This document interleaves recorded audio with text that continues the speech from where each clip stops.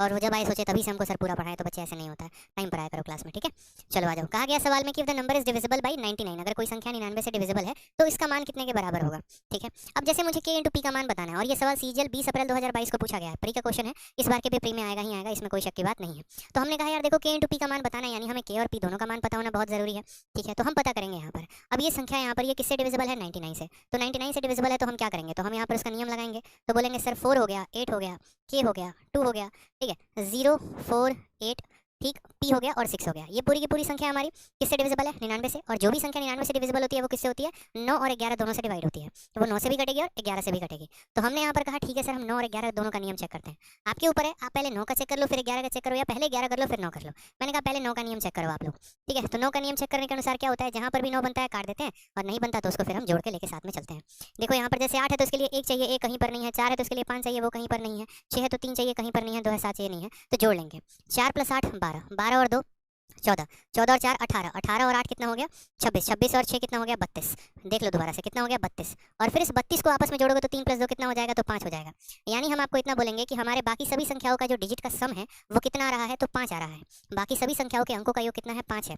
यानी हम खुद सोचो कि 5 में हम कितना जोड़े कि वो 9 से विभाजित हो जाएगा, तो 5 में हमें 4 जोड़ने की आवश्यकता है, यानी के प्लस पी का मान कितना आएगा बच्चों, तो बोलेंगे सर के प्लस पी का मान 4 आएगा।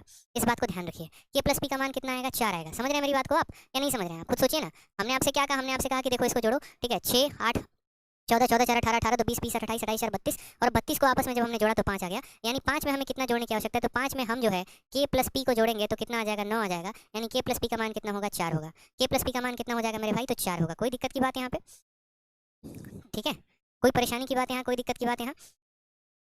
तो बोलेंगे नो सर के प्लस पी का मान हमें कितना लेना है 4 लेना है। ये किसका नियम था, ये हमारा 9 का नियम था। अब 9 के नियम के बाद हमें 11 का नियम चेक करते हैं, और 11 के नियम में हम क्या देखते हैं, तो आपको पता है कि सम ऑफ ऑड प्लेसेस देखेंगे और सम ऑफ इवन प्लेसेस देखेंगे, और हम उनका डिफरेंस निकालेंगे। उनका डिफरेंस या तो 0 आना चाहिए, नहीं तो 11 आना चाहिए। सेम तरीके से हम यहाँ पर करते हैं, सम ऑफ ऑड प्लेसेस को देखो तो बोलोगे सर देखो यहाँ पर 4 है, फिर के है, फिर 0 है, फिर 8 है, और फिर हमारा 6 है। तो 4, ठीक है, देखो 4 के को मत जोड़ो, 0 0 4 और 8 12, ठीक है, और 12 और 6 कितना हो गया 18, यानी बोलेंगे सर 18 और प्लस कितना हो गया, तो 18 प्लस के हो गया, ठीक, माइनस। अब यहाँ देखोगे तो 8 फिर 2 10 हो गया, ठीक है, 10 और 4 14 हो गया, 14 प्लस पी हो गया, ठीक। तो 8 4 12 6 18 हो गया, 8 2 10 10, देखो 8 2 10 10 4 14 और प्लस पी हो गया, यानी 14 प्लस पी हो गया। इन दोनों का डिफरेंस हमारा वापस या तो 0 आएगा, नहीं तो 11 आएगा। अब अगर आप गौर से देखोगे ना मेरे भाई यहाँ पर, तो आप इस बात को समझोगे कि हाँ चलो सर ठीक है, मान लो एक बार कि हम इनके डिफरेंस को 0 लेकर चलते हैं, या तो इनका डिफरेंस 0 आ सकता है, नहीं तो 11 आ सकता है। हमने कहा एक बार इनके डिफरेंस को आप 0 ले लो, नहीं पटेगा बाद में तो हम कुछ और डिफरेंस ले लेंगे। लेकिन यहाँ पर देखो डिफरेंस 0 लेने के चक्कर में पता है क्या हो जाता है, यहाँ पर देखो तो आप बोलोगे सर देखो ये 18 हो गया, प्लस यहाँ कितना हो गया सर के हो गया, देखो बोलोगे सर 18 - 14, 18 - 14 कितना हो जाएगा 4 हो जाएगा, प्लस का यहाँ पर के हो जाएगा और माइनस का यहाँ पी हो जाएगा, ये बराबर आ जाएगा हमारे 0 के। तो के माइनस पी की वैल्यू कितनी हो जाएगी -4 हो जाएगी, ठीक है। अगर हम उल्टा चाहें तो हम ये भी लिख सकते हैं पी माइनस के की वैल्यू 4 हो जाएगी, लेकिन वो हमारे लिए खतरा होगा, मतलब खतरा इन द सेंस हम ऐसे भी सॉल्व कर सकते हैं, कोई टेंशन की बात नहीं है, ठीक है।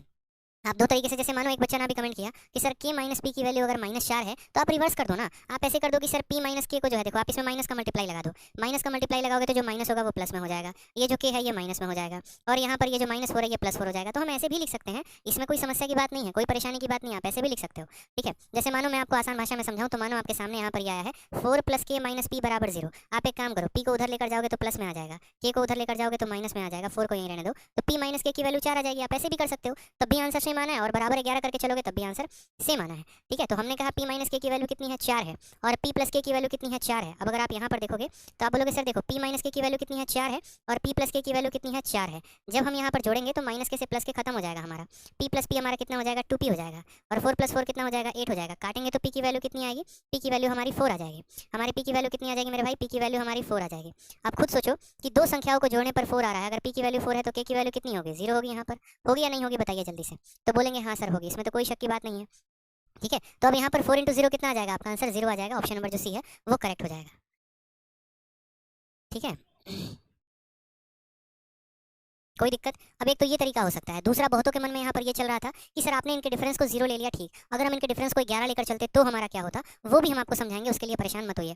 तो सबसे पहले आपने देखा कि इनका डिफरेंस हमने 0 लिया, अगर इनका डिफरेंस हमने 0 लिया तो p माइनस के की वैल्यू कितनी आ गई 4 आ गई, ठीक है। फिर p प्लस के भी वैल्यू 4 थी, यानी हमारा k का वैल्यू पक्का 0 था, क्योंकि k पर तो कोई प्रभाव पड़ नहीं रहा था। इसमें से कुछ घटा रहे हैं तब भी 4 आ रहा है, कुछ जोड़ रहे हैं तब भी 4 आ रहा है, यानी p की वैल्यू 4 है और q की वैल्यू 0 है। 4 × 0 हमारा 0 आ गया। अब मानो कि कोई बच्चा कहता है नहीं सर हमको तो ऐसे नहीं करना, हमको तो इसका डिफरेंस 11 लेकर करना है, आप हमें इसका डिफरेंस 11 लेकर बताओ। उस केस में अगर मान मानिए यहाँ पे 11 लेकर डिफरेंस करते तो क्या होता। तो मैंने कहा इन दोनों का डिफरेंस मानो यहाँ पर 11 होता तो क्या होता, समझिएगा मेरी बात को। तो आप यहाँ बोलते कि सर 18 माइनस 14 कितना हो जाएगा, 4 हो जाएगा, प्लस यहाँ कितना हो जाएगा के, और फिर यहाँ कितना हो जाएगा माइनस पी, बराबर कितना हो जाएगा, तो 11 के। ठीक है, अब अगर हम यहाँ देखेंगे तो के माइनस पी की वैल्यू कितना हो जाएगा, 11 में से 4 गया 7। अब मुझे बताओ यार ये क्या पॉसिबल है कि दो संख्याओं को जोड़ने पर 4 आ जाएगा और दो संख्याओं को घटाने पर 7 आएगा? क्या ऐसा प्रैक्टिकली पॉसिबल है? ये एक हाइपोथेटिकल सिचुएशन है, ठीक है, कि हम दो लोगों की उम्र को जोड़ देते हैं तो 4 आ जाता है और दो लोगों की उम्र को घटा देते हैं तो 7 आ जाता है। पॉसिबल है? कभी भी जो डिफरेंस होता है वो सम से छोटा होता है या उसके बराबर होता है। जैसे कि माइनस पी की वैल्यू या तो 4 हो सकती थी, नहीं तो 4 से छोटी, लेकिन कभी 4 से बड़ा नहीं होता, यानी हम इनके डिफरेंस को तो 11 ले ही नहीं सकते हैं। समझ में आ रहा है कि नहीं आ रहा? मेरी बात को समझे या नहीं समझे, बताइए जल्दी से। इन छोटी छोटी चीज़ों का आपको पेपर के समय में ध्यान रखना है। आपको महारत तब हासिल होगी जब आप कई सारे तरीके, कई सारे क्वेश्चंस को आप यहाँ पर प्रैक्टिस करेंगे। मैंने इस शीट में 99 की डिविजिबिलिटी के जितने तरह के सवाल बनते हैं वो मैंने सारे दिए हैं, रीजन यहाँ पर ताकि आपके कंसेप्ट क्लियर हो सके। फिर पहले 99 की डिविजिबिलिटी दी, फिर मैंने 88 की डिविजिबिलिटी दी, फिर मैंने 77 की डिविजिबिलिटी दी। जो बच्चा शांत मन से एक एक क्वेश्चन को देखेगा, हर एक क्वेश्चन को लगाने की कोशिश करेगा, समझने की कोशिश करेगा, उसको पूरा समझ में आएगा। लेकिन जिस बच्चे का ध्यान क्वेश्चन पे ना रह के फालतू की चीज़ों पर होगा, ठीक है, तो वो कभी भी नहीं समझ पाएगा। उसको अगर यहाँ पर कमेंट करने से फुर्सत मिले तो शायद वो समझे। तो इसलिए अगर आप कंसंट्रेट होकर पढ़ेंगे तो आपको मेरे सारे नियम समझ में आएंगे कि मैं कर क्या रहा हूँ, क्वेश्चन में पूछा क्या गया था और हम कैसे उसको सॉल्व कर रहे हैं। ठीक है, दोबारा से हम आपको समझा देते हैं। यहाँ पर ये संख्या बोला गया था कि ये संख्या हमारा 99 से विभाजित है, यानी जो संख्या 99 से विभाजित है वो 9 और 11 दोनों से विभाजित होगी। पहली संख्या में हमने 9 का नियम चेक किया, सभी संख्याओं को जोड़ने पे 32 आ रहा था। 32 का मतलब आपस में 5 होता है, यानी 5 में हम कितना जोड़ेंगे कि 9 से विभाजित हो जाएगा, 4। तो के प्लस पी की वैल्यू कितनी आनी चाहिए थी, 4 आनी चाहिए थी, इसमें तो कोई शक की बात ही नहीं है। ठीक है, के प्लस पी की वैल्यू कितनी आनी चाहिए थी, 4 आनी चाहिए थी। मैं आपको आंसर यहीं से दे सकता था, अगर मैं आपको बताऊं तो आंसर हम यहीं से दे सकते थे। पूछो कैसे? आप बोलते सर के प्लस पी की वैल्यू हमारी 4 है। अब आप मैं बताता हूँ संभावनाएं क्या क्या हो सकती हैं। संभावनाएं मेरे भाई ऐसे हो सकती हैं, हो सकता है कि के की वैल्यू 4 हो और पी की वैल्यू 0 हो सकता है के की वैल्यू 1 हो और पी की वैल्यू के की वैल्यू 3 हो और पी की वैल्यू 1 हो सकता है के की वैल्यू 2 हो और पी की वैल्यू 2 हो। इसको भी जोड़ोगे तो 4 आएगा, 3 प्लस 1 4 आएगा, 2 प्लस 2 4 आएगा। अगर ये संभावना होती तो इन दोनों का प्रोडक्ट 4 इंटू 0, आंसर कितना आना चाहिए था, 0 आना चाहिए था। 3 इंटू 1 कितना आना चाहिए था, 3, लेकिन क्या ऑप्शन में कहीं पर भी 3 है, नहीं है। 2 इंटू 2 कितना आना चाहिए था, 4 आना चाहिए था। यानी अगर ये वाला केस होता तो आंसर 0 आता, और अगर ये वाला केस होता तो हमारा क्या आ जाता, आंसर 4 आता। तो आप इस माध्यम से भी अगर आपको तुक्के लगाने होते तो आप ये कह सकते थे कि सर या तो आंसर 0 आएगा, नहीं तो आंसर 4 आएगा। ये दो तो ऐसे भी फर्जी ऑप्शन है जो कभी संभव भी नहीं हो पाएंगे। अब हमने यहाँ पर कहा ठीक है के प्लस पी की वैल्यू कितनी है, 4 है। ये किसके नियम से आया है, तो ये हमारे 9 के नियम से आया है। अब हमें 11 का नियम चेक करना है, तो 11 का नियम चेक करने के लिए हम क्या करेंगे, sum of odd places and sum of even places. तो यहाँ पर देखो odd places 4 plus k plus 0 plus 8 plus 6, संख्या कहाँ कहाँ पर है, 4 हो गई, फिर 8 हो गई, 12, 12 और 6 18, तो यहाँ पर लिख दिया 18 प्लस के। ऊपर वाले को देखो ऑल्टरनेट जोड़ना है, 8 जमा 2 10, 10 4 14, 14 प्लस पी यानी 14 प्लस पी। इनका डिफरेंस या तो बच्चे 0 होता है, नहीं तो इनका डिफरेंस है 11 के बराबर। पहले हमने इनके डिफरेंस को 0 लिया, हमने कहा 4 प्लस के माइनस पी की वैल्यू 0 आ गई। ठीक है, हमने यहाँ पर क्या कर दिया, 4 को इसी साइड में रखा, बाकी दोनों को उधर की तरफ भेज दिया, क्योंकि हमें नंबर पॉजिटिव चाहिए होता है।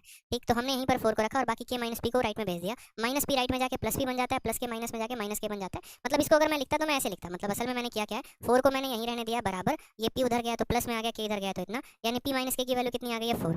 ठीक है, अब मुझे यहाँ पर खुद बताओ कि पी माइनस के की वैल्यू कितनी आ गई है, 4, और पी प्लस के की वैल्यू कितनी आ गई है, 4। जब हमने इन्हीं दोनों को जोड़ा यहाँ पर, ठीक है, जब हमने यहाँ पर यही जोड़ा ना कि p माइनस के की वैल्यू हमारी आ गई है 4, जब हमने इन दोनों को जोड़ा तो माइनस के प्लस के खत्म, p प्लस पी 2p आ गया, 4 प्लस 4 8 आ गया, p की वैल्यू 4 आ गई। अगर p की वैल्यू 4 आ गई तो चाहे आप इसमें रख दो चाहे इसमें रख दो, k की वैल्यू 0 आ जाएगी, 4 इंटू 0 हमारा आंसर 0 हो जाएगा। सर के एंड पी ऑड या इवन एक ही साथ आ जाए तब क्या होगा, कोई फर्क नहीं पड़ता यार, p और की का ऑड और इवन आ जाए तो